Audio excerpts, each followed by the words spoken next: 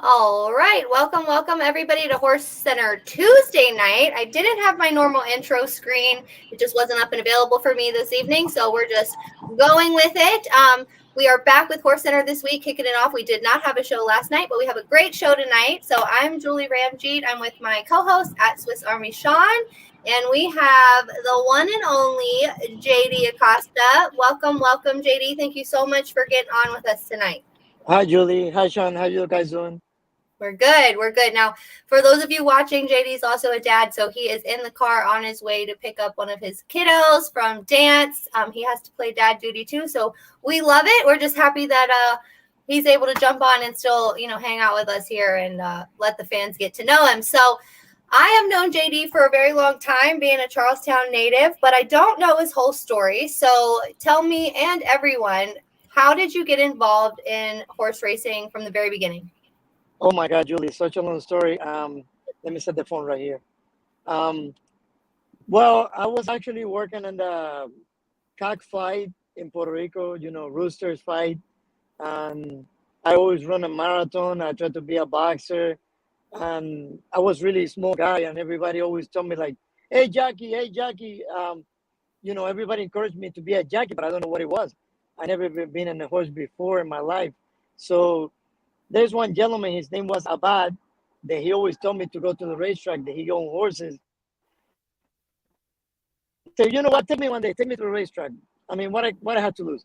So one day he took me to the racetrack, and I remember see Nano Garcia, Julio Garcia, is Luis Garcia uncle, and I see a couple more guys coming out of the really nice cars. I mean, BMW, Mercedes Benz, and such a nice cars. And I was like, basically, I mean, broke. I had no car whatsoever. I mean, I basically had to run everywhere I had to run. And I was like, you know what? Bring me the papers. I go be a jockey. I mean, I'm a really athlete, so I know I can do it. But in my mind, in my career, I thought that I'm gonna be a jockey for maybe to win 100 races. If I win 100 races, I was happy. I'm gonna be happy. So I was like, but bring me the paper. I win 100 races. I bought a Lexus. I always want to get a Lexus. I thought if I win 100 races, I can buy me a Lexus. So that was it. That was my story. And from that one, I become a jockey. So That's so you really just became a jockey at first just to give it a shot and get out of debt, huh? Basically get some money rolling, get a car. just to get a car, just a Lexus. In my mind, I see these little guys with BMW, Lexus, Mercedes Benz. I was like, I can have one too. So that was my story really. Just I become a jockey just because I want to have a Lexus, basically. So hold on, did we end up getting the Lexus ever? No, I used to have a Mercedes Benz, BMW, Audi, all kind of cars, but not a Lexus. That's so funny. So you never got the Lexus. No. So when you're from the Dominican Republic, right? Yes, yeah. I Okay, born. so Yeah, go go ahead. ahead. I born in Dominican Republic. Um, I immigrated to Puerto Rico when I was like 10 years old, maybe. My mom, she married with a Puerto Rican. I call him my father. He was my daddy. He passed. Um, he was like my father, and he took us to to Puerto Rico from Dominican. So I'm basically, I would say I'm half and a half. I'm always, because I love Puerto Rico. I grew up in Puerto Rico. I mean, not much. I'm only like 4'9" and a half. So I don't even grow much. But I always tell everybody that I'm Dominican, Puerto Rican. But my mom's Dominican and my dad is Dominican. But I love Puerto Rico with everything that I have. So I mean, I always say that half and a half. So That's awesome. Well, welcome, Sean. How are you doing over there? I'm doing good. Great to meet JD. So when did you actually know, hey, I'm going to do this and I'm going to do this for a living and I'm good at it? um, I went to the jockey school in Puerto Rico since 29. Um, I, gr- I I graduated in 2001. From 2001, December 2001, and I become a jockey in 2002, in January 2002. So from there, I said, you know what? I was winning races over there. I was with Ramon Vasquez. He's in California. He's really good jockey. And my graduation was really tough, tough group. I was the only one basically unknown kid, and I was winning races with those guys. So I was like, you know what? I think I can do this for a living. So Why not? And did you take off from the school? Where did you go straight to Canterbury from the school, or where did you go after Puerto Rico? No. I went from Puerto Rico. I come here in the United States April 9, 2002 with Harrison Rodriguez. I remember Harrison is an agent in Parks. His daddy just passed. Greatest guy ever, Harrison Rodriguez daddy. We went from Puerto Rico to Delaware. And from Delaware, I was riding Delaware, Laurel, and Charlestown. All three places. Okay. So you started at the Mid-Atlantic, and then you got the opportunity to go to Canterbury. Yeah, but that was long way of my career. I think that was in 2016 when I went to Canterbury. Okay. I was reading and I wasn't sure. I said, when did I miss this? That must have been when I kind of took off out of here, because I was like, I don't remember him being at Canterbury, but I did see that, and you had some success there. We have comments already rolling in. One from Mickey Fama, best speed rider in the 90s and 2000s. Well, Mickey, I will say he's still got it, especially when he's in the gate next to my husband and going 4.5. I'm always like, oh. And then we've got your girls. Papa, we are watching you. Te amo. Oh, I love it. I love my girl. But let me tell you something. Honestly, people always say that I'm one of the best gate riders, but I'm not, Julie. I'm not. Honestly, to me, one of the best gate riders in Charlestown is Gerald Almodovar. I mean, I got to give you pride because Gerald is one of the best gate riders. He's really good leaving the gate. So I know everybody say that I'm one of the best, but Gerald Almodovar is one of the best I ever see. Besides the old timer, like, Sure. From Delaware, like Tony Black, Caraballo, Eric Rodriguez. But Gerald right here in Charlestown is one of the best gate riders. So. And I think he would say the same exact thing about you. Actually, I think he did compliment you. We had him on the show a few weeks ago, and oh boy, you and Gerald, and there's not many. Gerald and I were talking. There's not many of the originals left. Oh my God, I know. You're one of them. Gerald is one of them, and kind of like the Charlestown OGs. Now, I know that you stepped away from Charlestown for a while, and you decided not to make that your home track. Tell us a little bit about that decision and why. Uh-oh. You went black. You went black. Let's just give him a minute, guys. He's oh, in the... shit. Oh, shit. Hello, we hear you. We hear you. I mean, hello. Okay. So did you catch my question? Hello. Can you hear me? Oh, shit. We lost him. Maybe.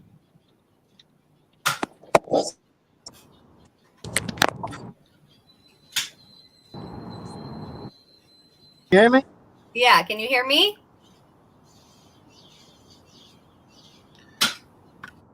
Can you hear? Oh, okay. He'll come back. I told him how to come back in case he had technical difficulty. It's all good. We'll work with it. We love it that he was able to get on with us. It's, life.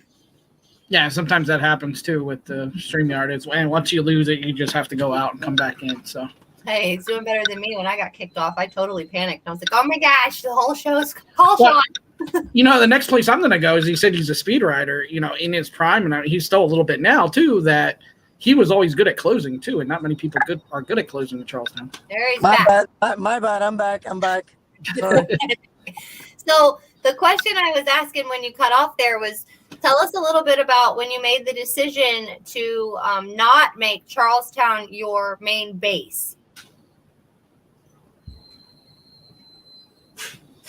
Shenanigans. I think we lost him again. Yeah. It's okay. He's going through a spotty area going towards Martinsburg. It'll get better here in a second for him. You guys, just bear with us. He's totally worthy of the wait.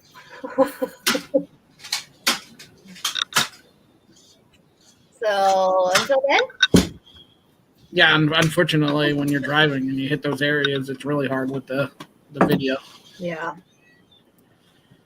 That's okay. That's okay. Let's see if he'll. There you go. Try again.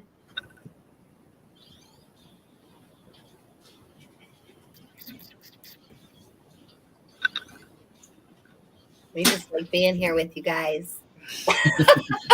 Awkward silence.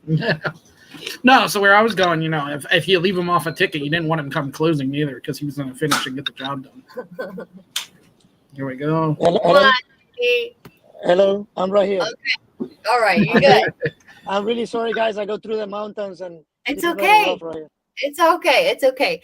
So, okay, the question I was asking was, tell us a little bit about when you made the decision to not to get out of Charlestown and no longer make that your home base.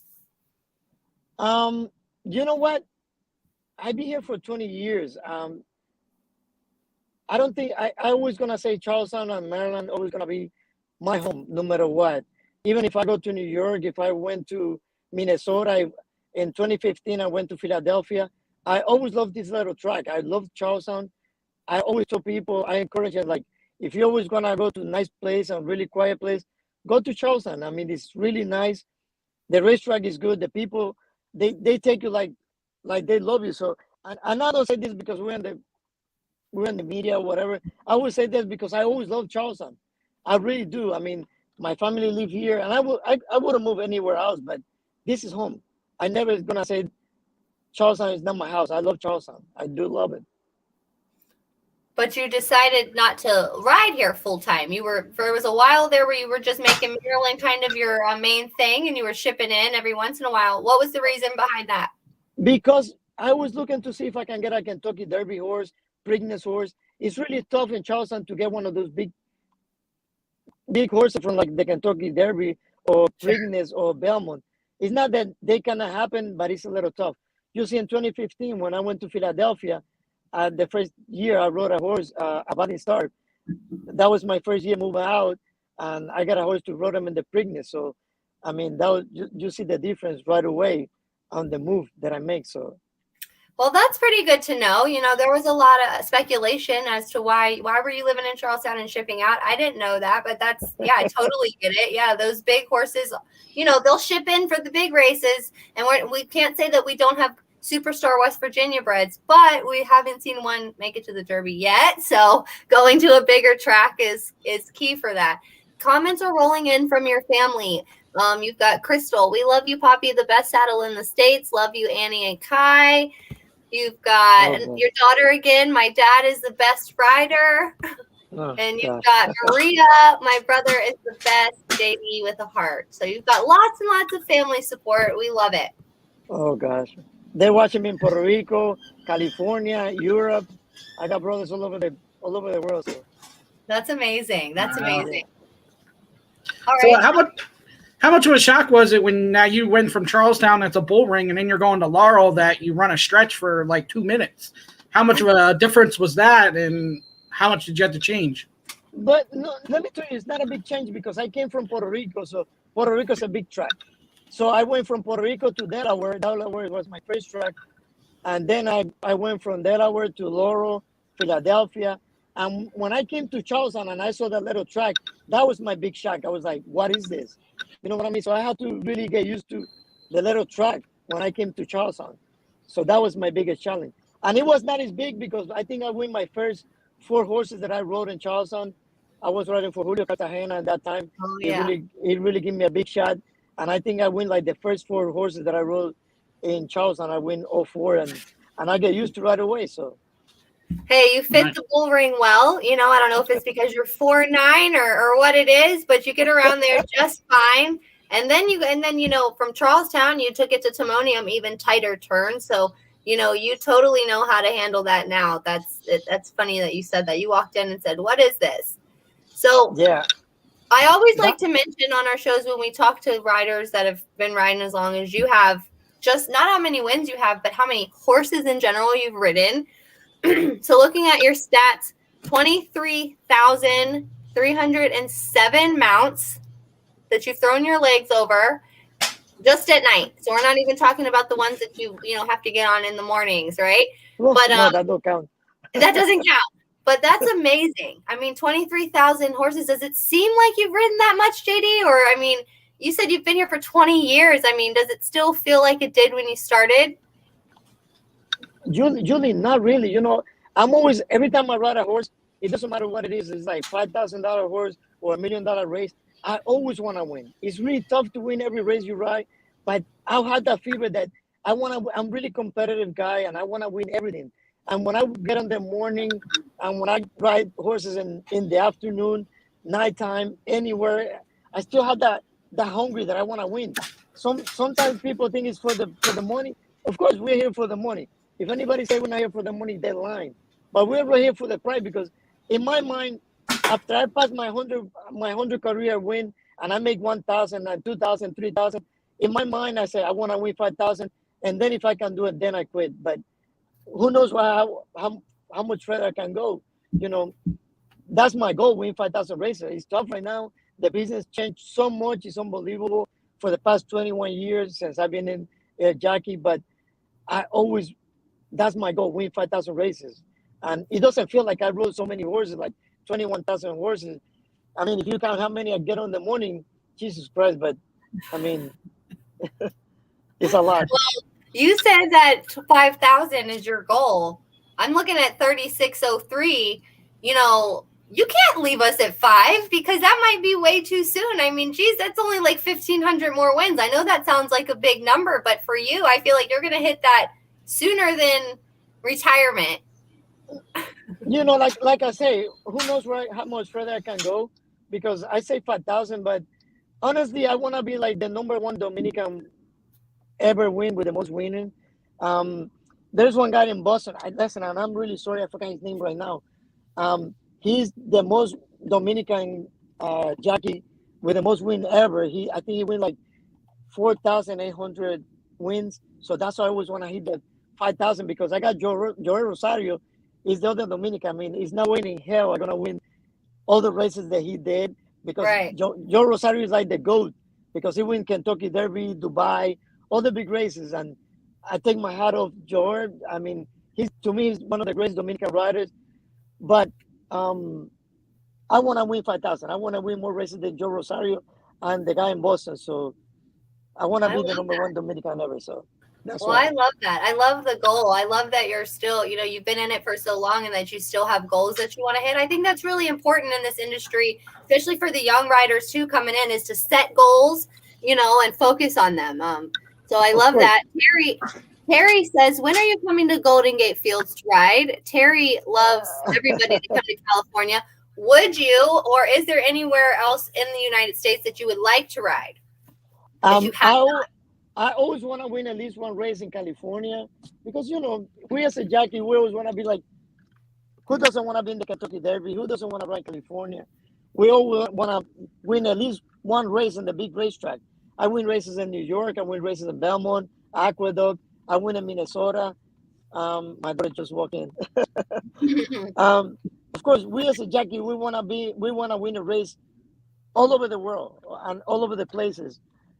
But I would say I want to win at least one race in California before I quit. You know what I mean? So, Terry says your invitation's out there if you ever want to come to Golden Gate. I have a brother live in Golden Gate. One of my brothers live over there in San Diego. Oh, there you go. There you go. So, yeah. Yeah. You have spots all in the world to go, right? Yes. So what's your most accomplished win? The one you're most proud of?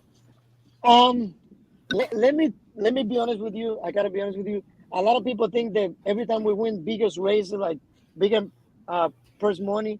To me, of course it is because you win one of those big races that is tough to win.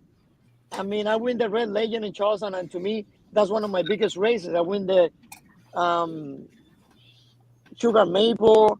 I win the General George in Maryland. I win big races, but I think when I win Sweet Goodbye, Rapid Redux, every time you broke one of those records with those horses, you always feel like you're so proud because you're over there in the books, you know what I mean? So it's not how big the races are, it's just sometimes the horses, you know what I mean? And the horses, even $5,000 horse, like I win my 3,500 career win, I think it was $5,000 race, and I want to win. I don't care if that was like in Beulah, $2,000 race like 20 years ago. I don't care what it was. I want to win. I don't care what it is. Because a win is a win. I remember Rapid Redux. I remember that horse. Wow. Yeah, you know, this kind of takes me to my next question because your daughter chimed in here and says, I will be the next Acosta rider. Are you prepared for that? And I know you have little girls. Are you prepared for that? Are you supportive of it? What are your thoughts if your girls really do want to step up under your tech? Well, let me be honest with you. I mean, I gotta be really honest. And this business is really tough for everybody. It's really tough for guys. Really tough for girls. There's a lot of girls that are doing great. Like I don't know, pregnant, and there's so many girls that do great right now. Like, and it's really tough even for the guys. You know what I mean? And if one of my Yeah. girls ever want to be a jockey, I have to support her. I mean, of course, I would like to be. They want to be a boxer, a jiu-jitsu, but the mom don't want me to put him in boxing or jiu-jitsu or anything like that. So I have to support him. I have to Well, support I him. don't know. Boxing, horse racing. I don't know which one. I think I'd go with boxing. I'd be honest. I've seen, the horse racing can get a little scary. No, and I really want my kids to learn everything because I always teach them, even the new guys, not because you be a jockey or work out of horse in the morning, make you a really good athlete. You have to be a runner. You have to be running. You have to be fit. You have to train every day. I'm the kind of guy that I train every day. Sometimes it's a little tough to train every day, but I used to. But I love to box and I love to run. I love to jump rope.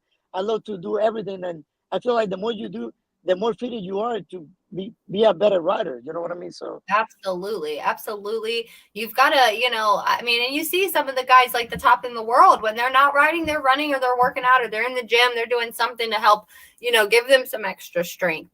We have a question here from Chris. No last name, but I'm going to say, I think I know what Chris it is. Who was your favorite agent?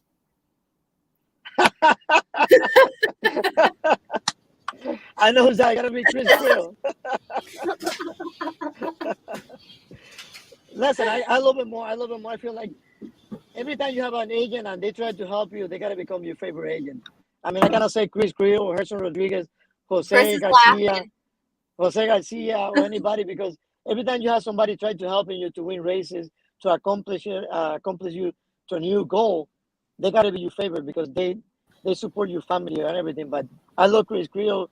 He's great. He's a great agent, and I'm sure that anybody that he got is gonna become a really good jockey. So he's a really good agent. Absolutely. Absolutely. Sean? So, who was some mentors that really helped you, and who are you? I'm sure you're at the stage now where you're mentoring the young guys. So, who are your mentors, and who are you mentoring now? What exactly you mean? Because I have so many. I mean, you want me to call one specifically, or just say However many you had, or whoever really helped you in your career. There's never always one. I know there's more than that. Well, let me tell you this. Before I became a jockey, I was in jockey school. Felix Tito Trinidad, the boxer, he make a collection for me. He collect money to help me to buy my tag, all my equipment. And I was in the cockfight and rooster fight. He helped me to do that. And I look up at Tito Trinidad. He was a great boxer. Every time I run or every time I training, I look at him like he was such a big, like he was like, of course, like he is like a star. Besides him, like my family, my mom helped me. Of course, every time I struggle, my mom, she's always there for me. My family too. I mean, it's so many people. I mean, the trainer.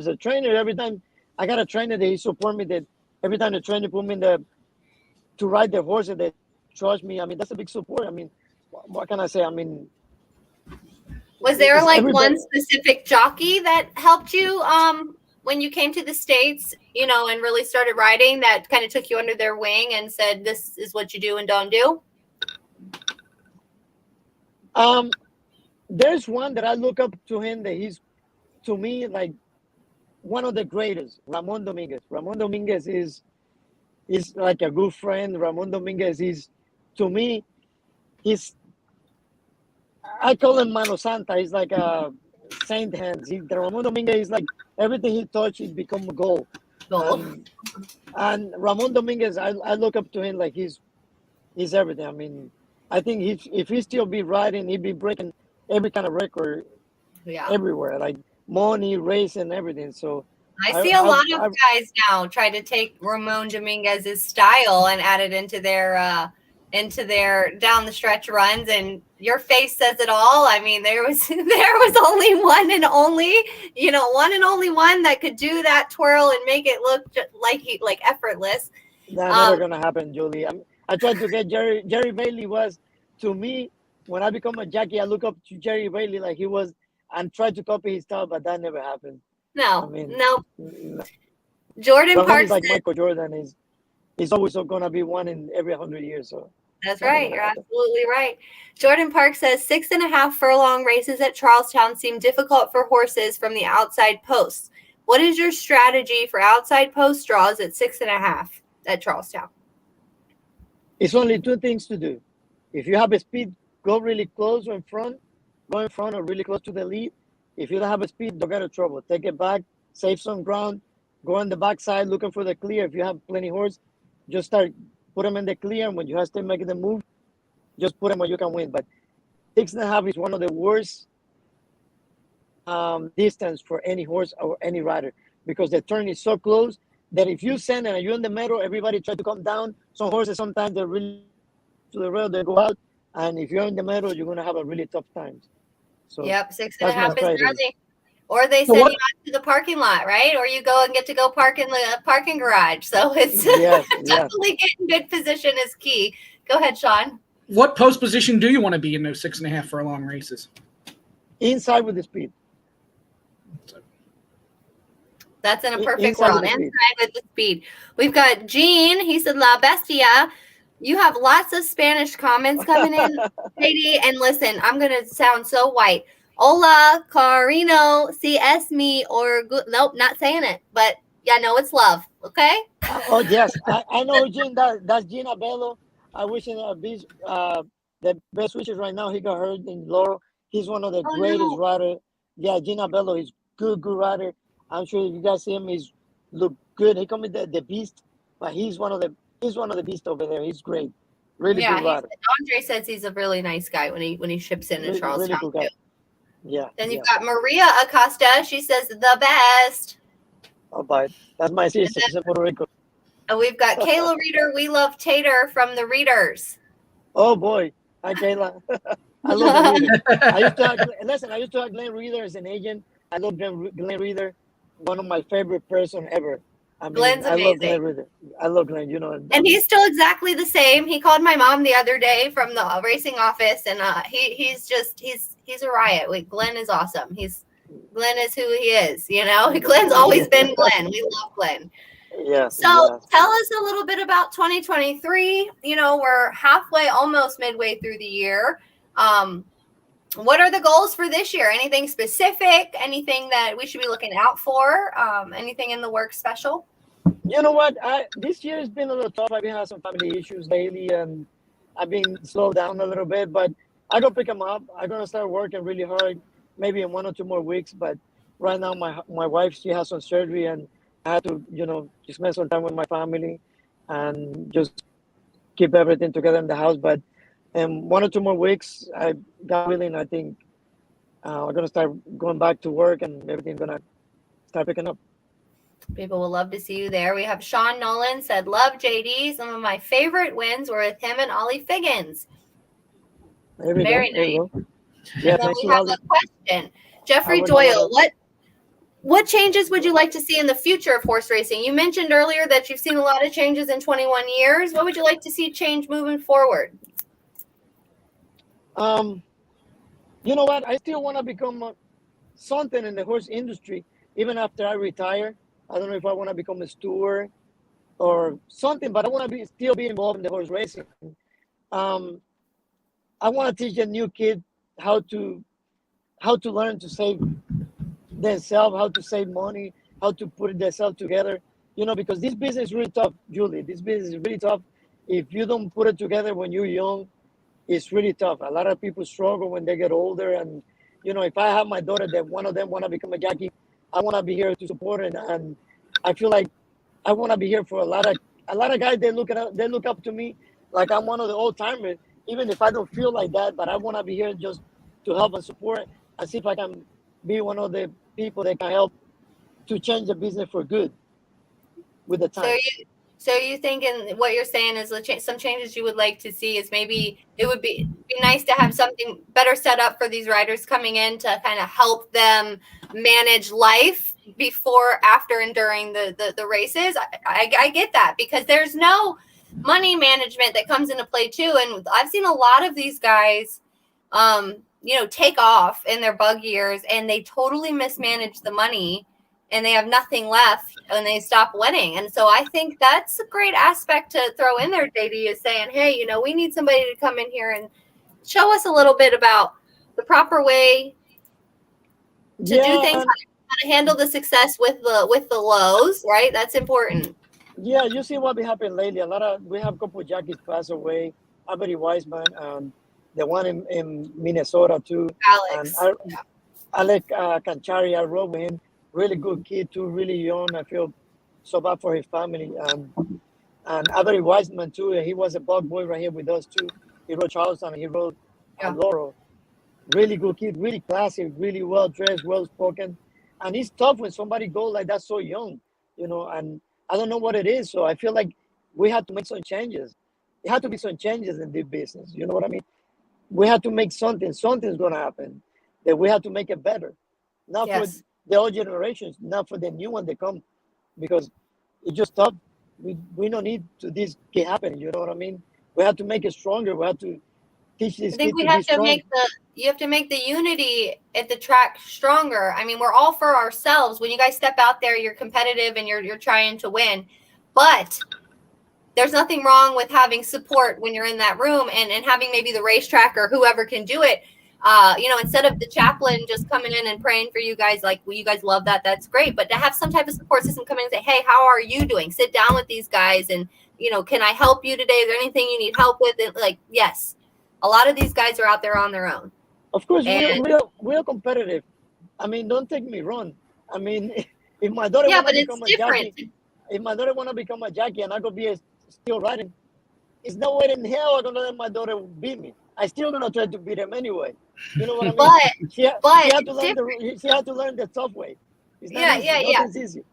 For sure. But with that being said, you think about your daughter coming into the room and the lack of support, that you've seen under the years. I mean, when I say these guys, a lot of these guys are on their own. You know what I mean? I mean, they come from a different country, maybe come with no family, nothing. Maybe don't speak English. They have nothing, no support. They just come to ride, and then they're kind of lost. So I think some structure and some help in the room would definitely be key. The comments are rolling in. Oh my gosh, you're popular.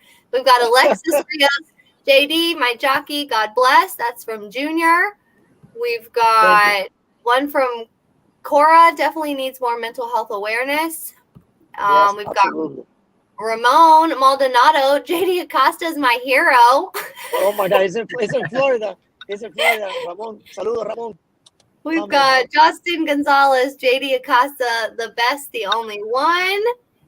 We've got, who else? We've got another one from Ramon. Good program and good interview also. Congratulations.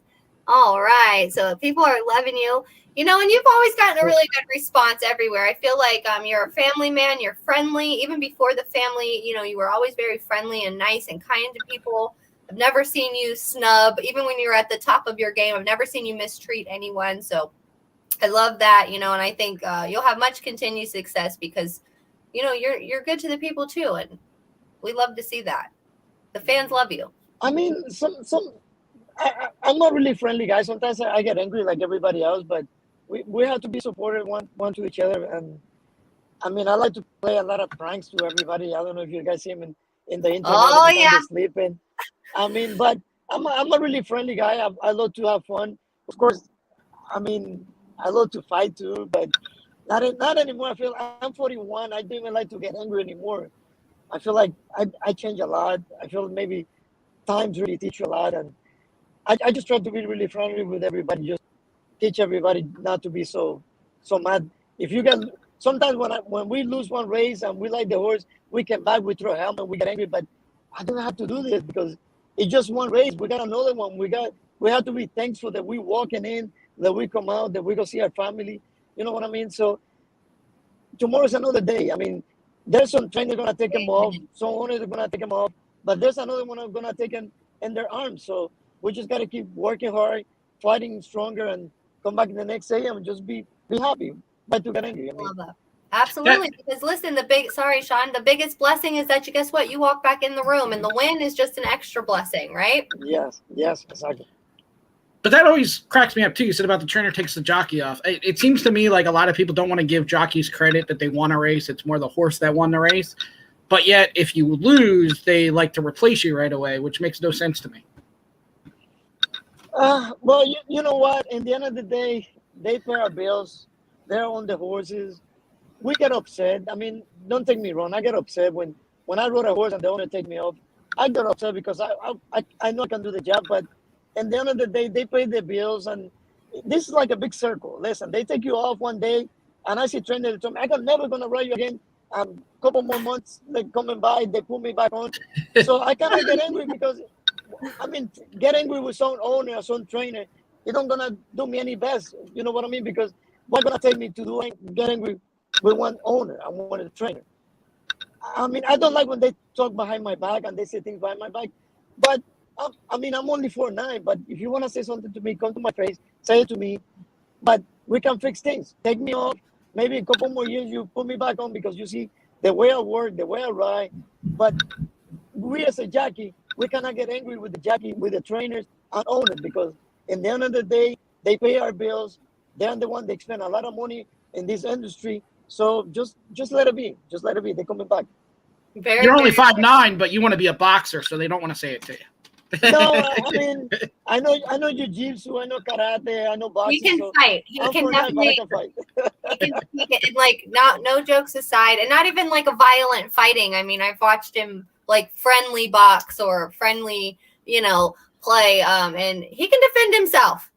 I will say that he's one you want on your side. We have two questions came in. One from Jordan. Unfortunately, injuries are a part of the sport. Did you ever experience an injury that was tough to recover from, and did it impact the way that you ride after? Well, you want me to count how many broken bones I have, or you want me to say one? Was there one that really kind of set you back? Let's say that. Was there one that was harder to bounce back from? I broke my clavicle first. I think that was the toughest one because I never broke a bone before. That one in 2006, when I broke my clavicle, I was winning a lot of races. And when that happened, I was like, oh my God, what I'm doing now? So I don't know if I'm going to become a really good jockey or I'm going to just be afraid. But, I feel like almost every jockey, this is like our thing. Like every jockey, every time we fail, we broke a clavicle, a collarbone. Yeah. And we have to come back strong. But I broke my ribs, my clavicle, my knee, both killing tendons. I broke my fingers. But it doesn't matter what you broke. I mean, you have to come back and be strong. Mentally, you have to be strong, not be afraid. And I got to be honest with you. I think the most fear that I have when I come back was my clavicle.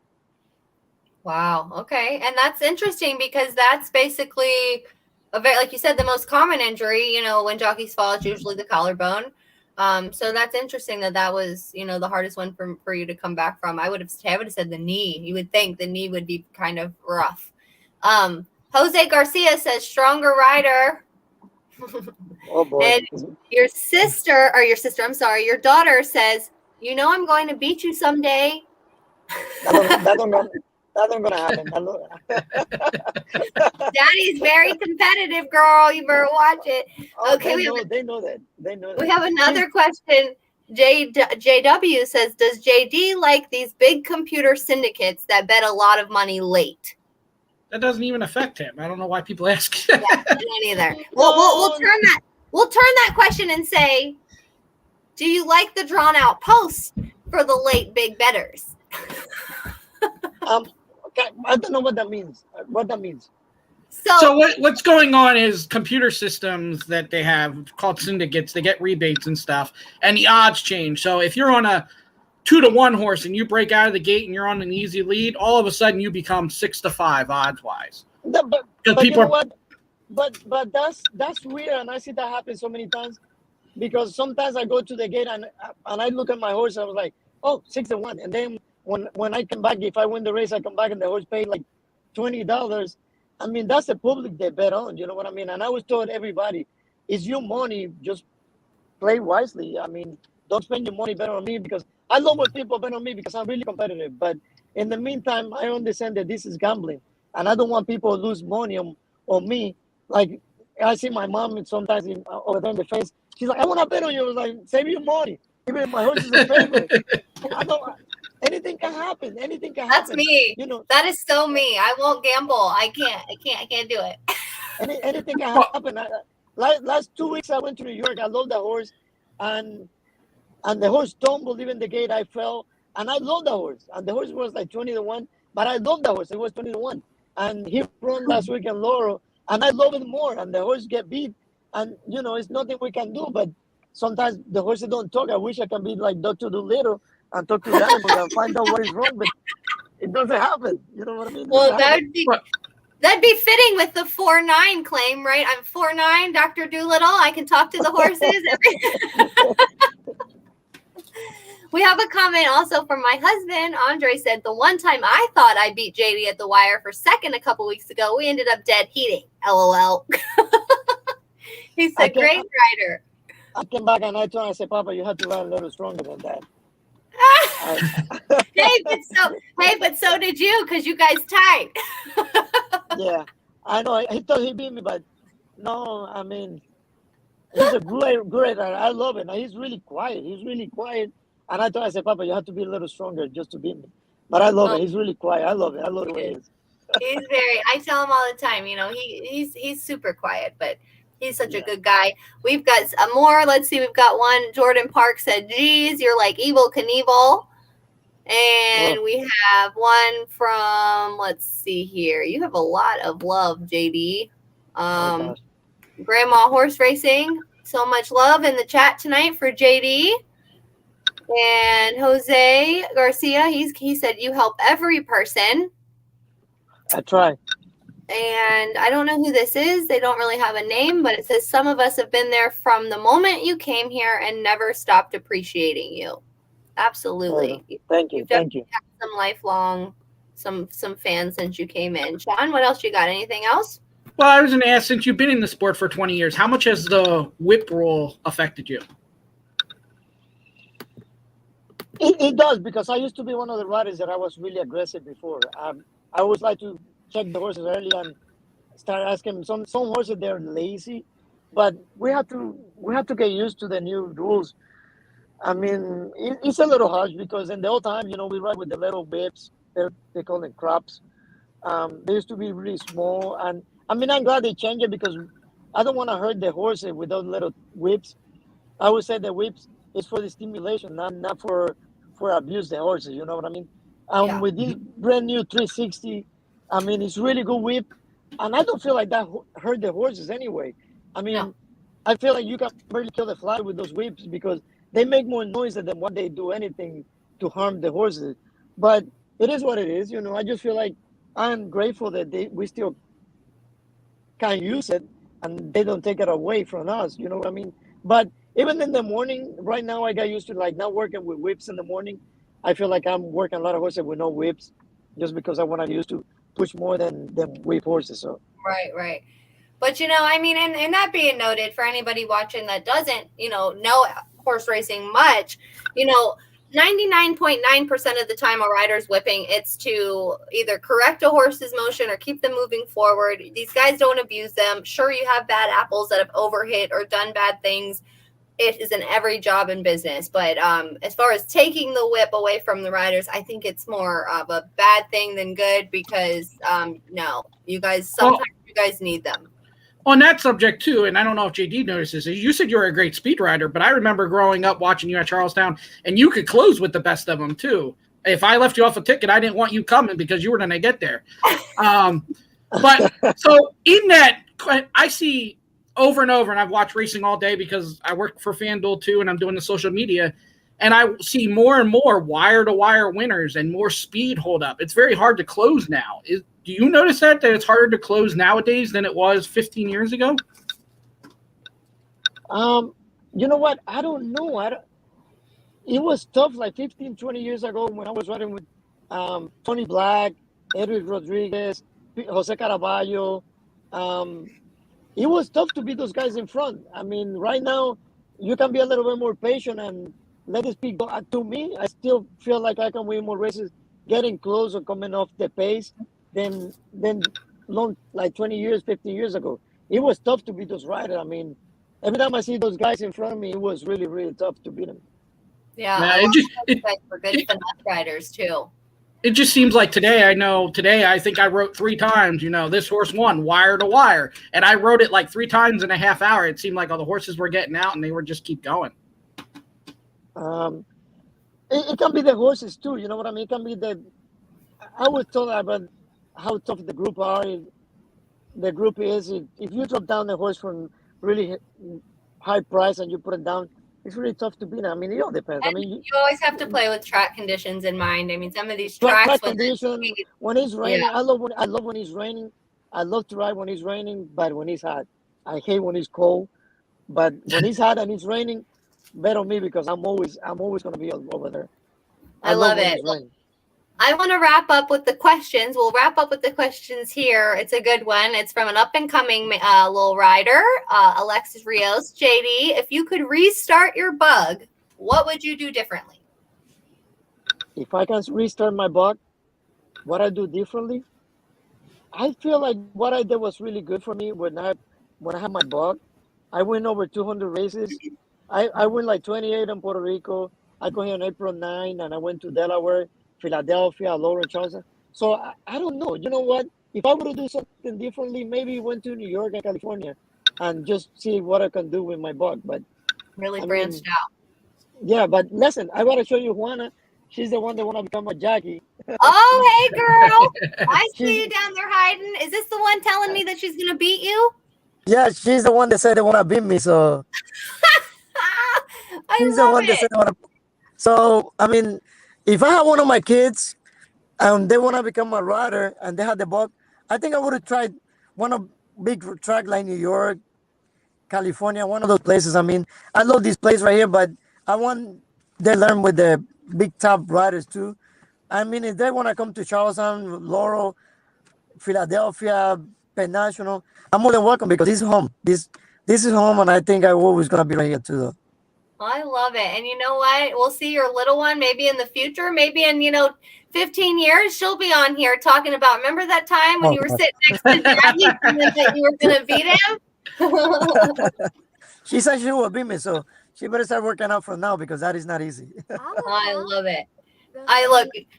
Crystal said she's the one overflowing the comments with the laugh and face. Super proud daughter. Yes, we love to see it. You keep on supporting your dad. And we have Jockey Willie Martinez. Great career, JD. Keep it up. Great rider. Yes, we love Willie. They've been out in Brazil gallivanting, on vacation, him and Jamie, and I'm just jealous. So that's fine. She's stuck here with me. I'm just stuck here with Sean. No, I'm just kidding. But all right, JD. Well, it's been a lovely almost hour. You're amazing. Thank you so much for doing this tonight, especially on a night off. And I know you have your hands full. But you know what? Julie. I'm glad that we got to see you in the car with your kids because it also lets people you're a human too. You're not just a jockey, right? I know. Thank you, Julie. Thank you, Sean. I appreciate it. And good luck and what you guys doing is really good. It's really good for the jockeys that someone think about us, not just, and this is really good for us to let them know how we feel and how our career is. And trust me, I still got JD Acosta for a little while before I'm done. So they better put it together. We'll definitely have you on again before any signs of being done. I will not let that happen. I won't miss that one. I promise. I'll come out of hibernation. If I feel retirement is coming, I'm gonna come and get that on video. So, but no, thank you so much, seriously. And we're here if you ever need us, and we look forward to having you on again. And we'll be watching you this year. I'm always right here for you. I'm always right here for you guys too. Thank you. Appreciate it. Thank you. Look, we already have people. Look, please have JD back. He's not even gone yet. All right, dear. Well, you have a lovely night. And little mama, we'll see you too, okay? We'll be watching out for you. Say bye. Bye. Bye. Oh, he was amazing. That was awesome. Well, what an incredible show. He was amazing. I'm so glad he got to take time out of, his busy schedule and his life to be here with us tonight. We'll definitely have him back, Jordan. Don't worry. Yeah, absolutely. And, that is going to happen. We're going to have somebody on. There's going to be a little kid in the background, and we're going to get the interview then because they are going to be a successful jockey. So I look forward to that moment. Besides that, I'll be 15 years older. I'm not looking forward to that moment. But well, there might be a different host when it's her turn to come on and ride. But, I don't know. But I love I don't mind if they come on in their car or they're doing real life things as long as they just he wanted to be a part of it, and I appreciated that. So Jordan stopped. Jordan Park said, "I'll be dead." Well, cut it out, okay? We're talking about 50. We're talking about a little girl I don't even know if she's out of elementary school yet. So chill out. Yeah, I don't know. But hey, some jockeys start at what, 16, 17 too? So back in the day, it used to be that 16 here, but I know they changed it to 18. I'm not sure. I think more overseas you can start younger. We have a comment from Anthony. That was an excellent, always a great show. Sean and Julie, keep it going. Thank you so much. Crystal says, best interview. Thanks, Julie. You're so welcome. I'm so glad that he got able to join us. What else do we have coming up? It's not Monday, so we only have one more show tomorrow, and then I'm going on vacation. So tomorrow we have Jockey Agent Jose, and probably the best one going. His business is all over the place. Jose Santos on. So I'm not even going to try to list all the jockeys he's got because he's got more. Usually people have one or two. He's got multiple, and he's got a lot. And that was we'll leave him tell us. And that was the premise for getting him on because I want to pick his brain how in the hell he is managing, so many riders. It's super tech savvy and total new school. So I kind of want to, it'll be a good show. Definitely. Yeah. And he's the son of Jose Santos as well, jockey. We've had the dad on, Hall of Fame rider. So he went a different route and he's young and very, probably, like I said, the most successful jockey agent. So. Yeah, no, that'll be a good show. And then I'm off. I've gone 3 weeks back to back with you guys. After tomorrow, I'm off next week. Who do you guys have coming back with Jamie? So next week, Monday, we got Sammy Camacho on from Tampa, another jockey. Winning at 24%, I think, this meet at Tampa. It's ridiculous. Just keeps winning. Tuesday, not sure. He had a cancellation, have a fill-in, but got to confirm that fill-in, so I'm not going to announce that. And then Wednesday, we got Manny Jimenez on. Another jockey at Tampa, and he's been starting to win some. So very nice. Young rider that's starting to win, and we'll get to know how he got to where he is. Yep. And then I do kind of want to pre-announce something special that I've been working on, but we haven't put it out there formally. But coming up in a few weeks, there will be a Horse Center show for the horse. We are going to do a special on aftercare, the horses after the track, and I've got some really amazing women who are involved in the sport and help take care of these horses once they're done running. So that is going to be a special. We did a mental health special. We're going to be doing that. We do jockeys, and we need to do one for the horse. So I'm really excited about that. That's a little teaser there. I will be. And then that's on Wednesday, 4/19. Yeah. And I'm not going to crash the party of women, so I'm going to take that night off, and Julie's going to host with the women. One doesn't want to sit on the sidelines. There's gonna be plenty of people talking. I'm just gonna sit and watch the show. Yeah, there's gonna be about 4 or 5 of us women, they're all just through the aftercare through the Mid-Atlantic, and they've all just done really good things with our race horses. So I'm really excited about that. We've got comments. Let's see. Jordan says, "Love the Charlestown guests." Well, they love you back. Grandma Horse Racing says, "Love what you do." We love you, Grandma. And she said, "Hit that thumbs up button." Absolutely. If you're not following us on TikTok, Instagram, Twitter, and Facebook, go ahead and do that. And here you go. Terry and Rich will be back tomorrow. Tomorrow. Yep, and noon Eastern. All right. Well, you got anything else? Well, and they'll debut. Not debut. They debuted it today. They have a new feature that's exclusive to us that Rich and Terry's been working on. Forget what it's called now. C-Zone or something like that. So check in tomorrow. It's for every race. So Rich and Terry will be showing you that as well. That was what is it called? The C-Zone. I saw that post about the horse racing picks. That'll be interesting. Yeah. Will you folks also be interviewing race callers? Yes, we have one tentatively set. I think we're waiting on. Well, yeah, and we have before too. So yeah, we're not exclusive to jockeys, trainers, anything. We just anybody in horse racing room. And go on the YouTube channel, and you can view all the old interviews, and you can kind of go down the list. We've had so many different kinds just down the roster, just almost about every title you can have in this business. So lots of good interviews on there. If you're bored and need something to watch, get on there and check out our people. So I think that's it. I believe that takes us wire to wire, and we will see everybody in the winner's circle. Winner's circle, and I don't have the right banner. It's fine. We're walking slow to the winner's circle. Okay, but we're getting there. As long as we're going to the winner's circle, it don't matter how you get there. Exactly. A win's a win. All right, guys. We'll see you tomorrow.